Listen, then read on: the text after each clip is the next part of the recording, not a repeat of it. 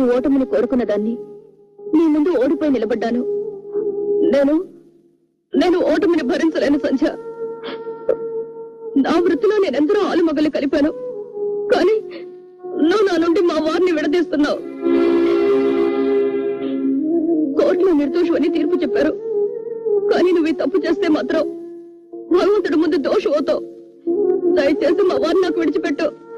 ఆయన లేకుండానే బ్రతకలేను సంధ్య, బ్రతకలేను.